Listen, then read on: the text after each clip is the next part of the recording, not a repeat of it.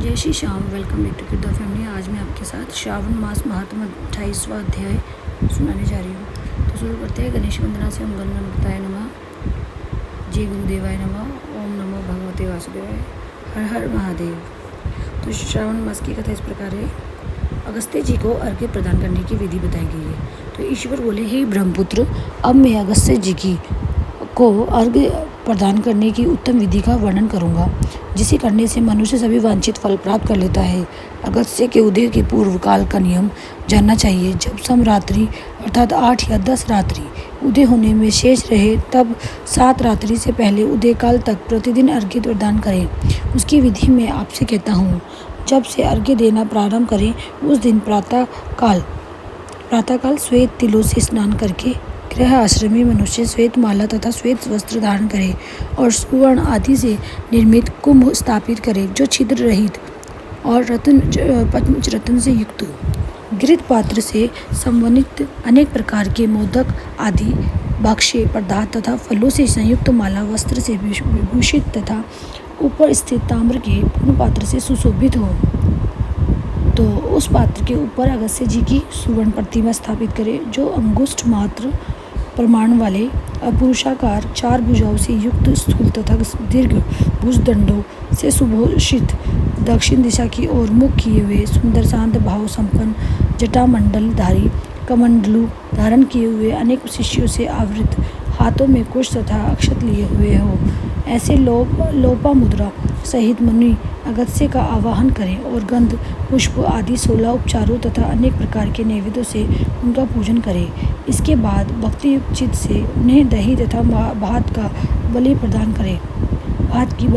करें। इसके बाद अर्घ्य दें, जिसकी विधि इस प्रकार है। सुवर्ण, चांदी, ताम्र तथा बांस के पात्र में नारंगी, खजूर, नारिकेल, कुसमांड, करेला, केला, अनार, बैंगन, बिजोरा, नींबू, अखरोट, पिस्तक, नीलकमल, पद्म, कुश, दुर्वाकुर, अन्य प्रकार की भी उपलब्ध फल तथा पुष्प, नाना विधि भक्ष्य पदार्थ, सप्तधान्य, सप्त अंकुर, पंचपल्लव और वस्त्र, इन पदार्थों को रखकर पात्र की विधिवत पूजा करें। पुनः घुटने के बल सिर झुकाकर उस पात्र को मस्तक से लगाकर नीचे की ओर मुख करके अगस्त्य मुनि का इस प्रकार से ध्यान करें और श्रद्धा भक्ति पूर्वक सावधान होकर अर्घ्य प्रदान करें। काश पुष्प के समान स्वरूप वाले अग्नि तथा वायु से प्रादुर्भूत तथा पितरा वरुण के पुत्र के हे अगस्त्य, आपको नमस्कार है। विंध्य की वृद्धि को रोक देने वाले, मेघ के जल का विष हरने वाले, रत्नों के स्वामी तथा लंका में वास करने वाले हे देवर्ष, आपको नमस्कार है, जिन्होंने आतापी तथा वातापी का भक्षण किया। लोपामुद्रा के प्रति ये महाबली तथा श्रीमान जो ये अगस्त्य जी हैं, उन्हें बार बार नमस्कार है, जिनके उदित होने से समस्त पाप, मानसिक तथा शारीरिक रोग और तीनों प्रकार के ताप आदि दैविक, आदि भौतिक और आध्यात्मिक नष्ट हो जाते हैं। उन्हें बार बार नित्य नमस्कार है, जिन्होंने जल जंतु से परिपूर्ण समुद्र को पूर्व काल में सुखा दिया था। उन पुत्र सहित, शिष्य सहित तथा भार्य सहित अगस्त्य जी को नमस्कार है। बुद्धिमान द्विजाति अगस्त्य नदभय इस वेद मंत्र से तथा शूद्र पौराणिक मंत्र से अगस्त्य जी को अर्घ्य देकर उन्हें प्रणाम करें। इसके बाद लोपामुद्रा को अर्घ्य दें। हे राजपुत्री, हे महाभागी, हे ऋषि पत्नी, हे सुमुखी, हे लोपामुद्रे, आपको नमस्कार है, मेरे अर्घ्य को स्वीकार कीजिए। इसके बाद अर्घ्य मंत्र की घृत की 8000 अथवा 108 आहुति प्रदान करें।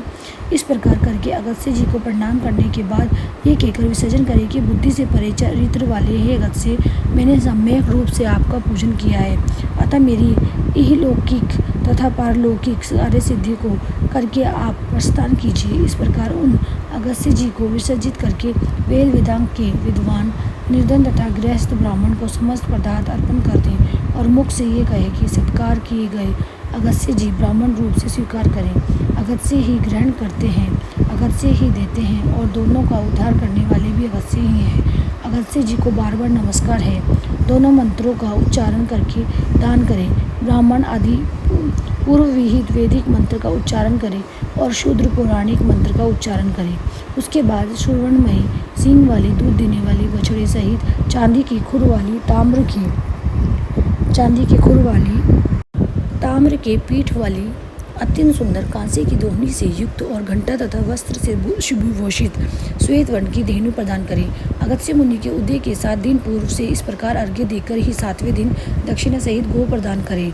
इस प्रकार इस व्रत को 7 वर्ष तक करके निष्काम व्यक्ति पुनर्जन्म को प्राप्त नहीं होता और सकाम व्यक्ति चक्रवर्ती राजा होता है तथा रूप व आरोग्य से युक्त होता है। ब्राह्मण 4 वेदों तथा सभी शास्त्रों का विद्वान हो जाता है। क्षत्रिय समुद्र पर्यटन पर समस्त पृथ्वी को प्राप्त कर लेता है। वैश्य धान्य संपदा और गोदान प्राप्त कर लेता है। शूद्रों को अत्यधिक धन आरोग्य तथा सत्य की प्राप्ति होती है। स्त्रियों को पुत्र उत्पन्न होते हैं, उनका सौभाग्य बढ़ता है तथा घर और स्मृति में हो जाता है। हे ब्राह्मण पुत्र, विधवाओं का महापुण्य बढ़ता है।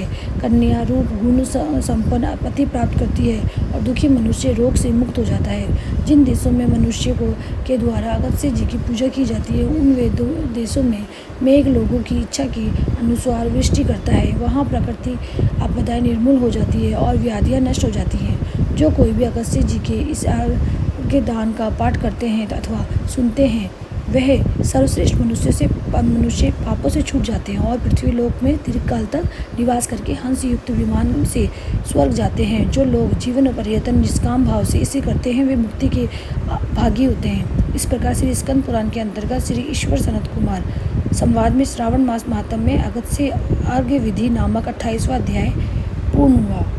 तो आपने देखा किस तरह से इस ठाकुर जी ने, ये भोले बाबा जी ने ये चीज़ें बताई है, भगवान बता रहे हैं, भगवान का संवाद है ना इनसे। तो इस तरह से देखो कितने व्रत होते हैं, फिर भी हमें ठाकुर जी भोले बाबा जी ने इतनी छूट दी लोगों को कि बस आप नाम जाप भी करोगे ना हमारा, तो उससे भी आपका काम बन जाएगा, सारे पाप नष्ट हो जाते हैं। श्री शिवाय नमस्तुभ्यम, ये ना मंत्र देखिए कितना पावरफुल होता है। ओम नमः शिवाय, ओम नमो भगवते वासुदेवाय। कभी भी हम भोले बाबा की भक्ति करेंगे तो भोले बाबा इतने बोले ना, वो हमेशा ना राम और कृष्ण की ही भक्ति देते हैं, और जब हम राम और कृष्ण की भक्ति करते हैं तो वो हमेशा भोले बाबा की भक्ति देते हैं। तो दोनों ही एक ही पूरक हैं, कोई भी अलग नहीं है। तो इस तरह से ना हमें दोनों को भिन्न नहीं समझना चाहिए, तो हमें दोनों की ही भक्ति करनी चाहिए। इस तरह से दोनों का ही प्यार मिलेगा। भोले बाबा को पिता, जगत पिता कहते हैं और हमारे ठाकुर जी को जगतपति।